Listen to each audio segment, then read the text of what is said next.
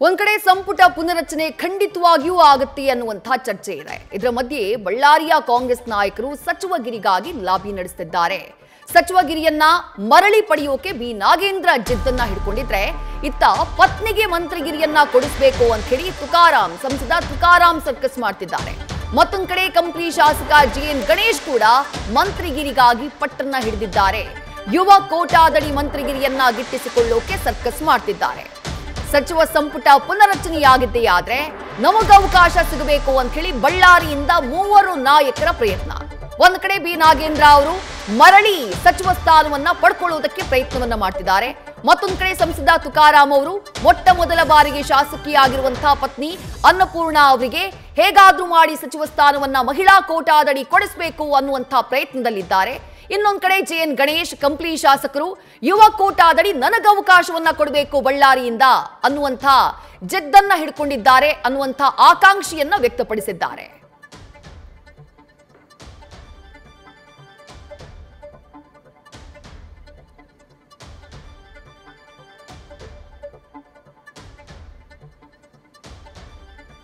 ಮತ್ತಷ್ಟು ಡೀಟೇಲ್ಸ್ ನಮ್ಮ ಪ್ರತಿನಿಧಿ ಶಿವಾನಂದ್ ನೀಡ್ತಾ ಹೋಗ್ತಾರೆ. ಶಿವಾನಂದ್, ಸಚಿವ ಸಂಪುಟ ಪುನರಚನೆ ಆಗುತ್ತೋ ಇಲ್ವೋ?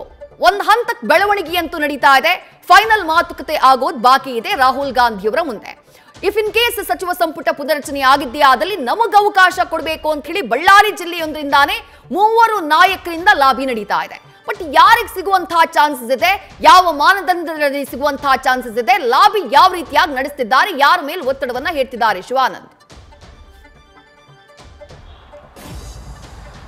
ವಿಜಯಶ್ರೀ, ಮುಖ್ಯವಾಗಿ ಈಗೇನು ರಾಜ್ಯದಲ್ಲಿ ಸಿಎಂ ಬದಲಾವಣೆ ಚರ್ಚೆಗೆ ಮುನ್ನೆಲೆ ಬರ್ತಿದ್ದಂತೆ ಈಗ ಬಳ್ಳಾರಿಯಲ್ಲೂ ಕೂಡ ಸಚಿವ ಸ್ಥಾನಕ್ಕೆ ಪೈಪೋಟಿ ಜೋರಾಗಿರುವಂಥದ್ದು. ಅದರಲ್ಲೂ ಮುಖ್ಯವಾಗಿ ವಾಲ್ಮೀಕಿ ನಿಗಮದ ಹಗರಣದಿಂದ ಸಚಿವ ಸ್ಥಾನವನ್ನು ಕಳೆದುಕೊಂಡಂಥ ನಾಗೇಂದ್ರ ಅವರಿಗೆ ಮರಳಿ ಸಚಿವ ಸ್ಥಾನ ಕೊಡಬೇಕನ್ನುವಂಥ ಒಂದು ನಿಟ್ಟಿನಲ್ಲಿ ಕಳೆದ ಒಂದು ವರ್ಷದಿಂದಲೂ ಕೂಡ ನಿರಂತರವಾಗಿ ಪ್ರಯತ್ನವನ್ನು ಮಾಡ್ತಾ ಬಂದಿದ್ದಾರೆ. ಈ ನಿಟ್ಟಿನಲ್ಲಿ ಯುವ ಕೋಟಾದ ಅಡಿಯಲ್ಲಿ ಕೂಡ ಕಂಪ್ಲಿ ಶಾಸಕ ಜಿಎನ್ ಗಣೇಶ್ ಅವರು ಕೂಡ ಈಗ ಎಸ್ ಟಿ ಕೋಟಾದ ಅಡಿಯಲ್ಲಿ ನಮಗೂ ಕೂಡ ಪರಿಗಣಿಸಬೇಕನ್ನುವಂಥ ಒಂದು ನಿಟ್ಟಿನಲ್ಲಿ ಸಿಎಂ ಮುಂದೆ ಜಿಎನ್ ಗಣೇಶ್ ಅವರು ಬೇಡಿಕೆ ಇಟ್ಟಿದ್ದಾರೆ ಅನ್ನುವಂಥ ಒಂದು ಮಾಹಿತಿ ಕೂಡ ಈಗ ನ್ಯೂಸ್ ಫಸ್ಟ್ಗೆ ಲಭ್ಯ ಆಗ್ತಾ ಇರುವಂಥದ್ದು. ಇದಲ್ಲದೆ ಸಂಡೂರು ಶಾಸಕಿ ಅನ್ನಪೂರ್ಣ ತುಕಾರಾಂ ಅವ್ರಿಗೂ ಕೂಡ ಈ ಬಾರಿ ಮಹಿಳಾ ಕೋಟಾದಡಿಯಲ್ಲಿ ಸಚಿವ ಸ್ಥಾನಕ್ಕೆ ಪರಿಗಣಿಸಬೇಕನ್ನುವಂಥ ಒಂದು ನಿಟ್ಟಿನಲ್ಲಿ ಈಗಾಗಲೇ ಸಂಸದ ತುಕಾರಾಂ ಅವರು ಒತ್ತಡವನ್ನು ಹಾಕ್ತಾ ಇರುವಂಥದ್ದು. ಕಾರಣ ಅಂದರೆ ಈ ಹಿಂದೆ 2023ರಲ್ಲಿ ಸಂಡೂರು ವಿಧಾನಸಭಾ ಕ್ಷೇತ್ರದಿಂದ ಶಾಸಕರಾಗಿ ಆಯ್ಕೆಯಾದಂಥ ತುಕಾರಾಂ ಏನಿದ್ದಾರೆ ಅವರು ಕೂಡ 2024ರಲ್ಲಿ ಅಂದರೆ ಲೋಕಸಭೆ ಚುನಾವಣೆಗೆ ಬಂದಂಥ ಸಂದರ್ಭದಲ್ಲಿ ಅವರು ತಮ್ಮ ಶಾಸಕ ಸ್ಥಾನಕ್ಕೆ ರಾಜೀನಾಮೆಯನ್ನು ನೀಡಿದ್ರು.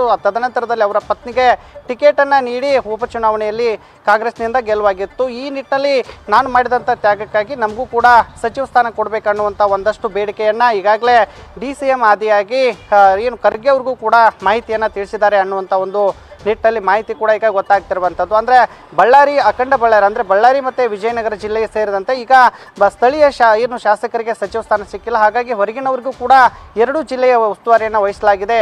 ಈ ಬಾರಿ ಏನಾದರೂ ಸ್ಥಳೀಯರಿಗೆ ಪರಿಗಣಿಸಬೇಕು ಅನ್ನುವಂಥ ಒಂದು ನಿಟ್ಟಿನಲ್ಲಿ ಈಗ ಕೇಂದ್ರ ಹೈಕಮಾಂಡ್ ಮೇಲೂ ಕೂಡ ಈಗ ಒತ್ತಡ ಹಾಕುವಂಥ ಎಲ್ಲ ಪ್ರಯತ್ನಗಳು ಆಗ್ತಿರುವಂಥದ್ದು. ಅದರಲ್ಲೂ ಕೂಡ ಮುಖ್ಯವಾಗಿ ವಿಜಯನಗರ ಜಿಲ್ಲೆ ನೂತನವಾಗಿರುವಂಥದ್ದು. ಹಾಗಾಗಿ ಅಖಂಡ ಬಳ್ಳಾರಿ ಜಿಲ್ಲೆ ಇಬ್ಬರಿಗೆ ಸಚಿವ ಸ್ಥಾನವನ್ನು ಕೊಟ್ಟಿದ್ದೆ, ಆದರೆ ಸ್ಥಳೀಯರಿಗೆ ಉಸ್ತುವಾರಿ ವಹಿಸಲು ಸಹಕಾರಿಯಾಗುತ್ತೆ ಅನ್ನುವಂಥ ಒಂದು ನಿಟ್ಟಿನಲ್ಲಿ ಬಳ್ಳಾರಿ ಹಾಗೆ ವಿಜಯನಗರ ಕೈ ಶಾಸಕರು ಈಗಾಗಲೇ ರಾಜ್ಯ ಮಟ್ಟದ ನಾಯಕರಿಗೂ ಕೂಡ ಒಂದಷ್ಟು ಮನವಿಯನ್ನು ಮಾಡಿಕೊಳ್ತಾ ಇದ್ದಾರೆ. ಆದರೆ ಎಲ್ಲೋ ಒಂದು ಕಡೆ ಈಗಾಗಲೇ CM ಸಿದ್ದರಾಮಯ್ಯ ಅವರ ಆದಿಯಾಗಿ ಎಲ್ಲರೂ ಕೂಡ ನೀವು ಹೈಕಮಾಂಡ್ ಮುಂದೆ ಈ ಒಂದು ವಿಚಾರವನ್ನು ಪ್ರಸ್ತಾಪ ಮಾಡಿ ಅನ್ನುವಂಥ ಒಂದು ನಿಟ್ಟಿನಲ್ಲಿ ಸಬೂಬದ ಮಾತನ್ನು ಹೇಳ್ತಾ ಇದ್ದಾರೆ. ಯಾಕಂದರೆ ಈ ಬಾರಿ ಶತಾಯಗತಾಯವಾಗಿ ನಾಗೇಂದ್ರ ಅವ್ರಿಗೆ ಮಂತ್ರಿಗಿರಿಯನ್ನು ನೀಡಬೇಕನ್ನುವಂಥ ನಿಟ್ಟಿನಲ್ಲಿ ಒಂದಷ್ಟು ಬೆಂಬಲಿಗರು ಕೂಡ ಈಗಾಗಲೇ CM ಅವರ ಮುಂದೆ ಕೂಡ ಕಳೆದ ವಾರ ಅಷ್ಟೇ ಏನು ವಿಜಯನಗರ ಜಿಲ್ಲೆಗೆ CM ಸಿದ್ದರಾಮಯ್ಯ ಅವರು ಕೂಡ ಬಂದಿದ್ದರು. ಆ ಒಂದು ಸಂದರ್ಭದಲ್ಲಿ ಅವರ ಬೆಂಬಲಿಗರು ಕೂಡ ಹೇಳಿ ಅಂದರೆ ಒಂದಷ್ಟು ಮಾತುಕತೆಯನ್ನು ಮಾಡಿ ಬಂದಿರುವಂಥದ್ದು.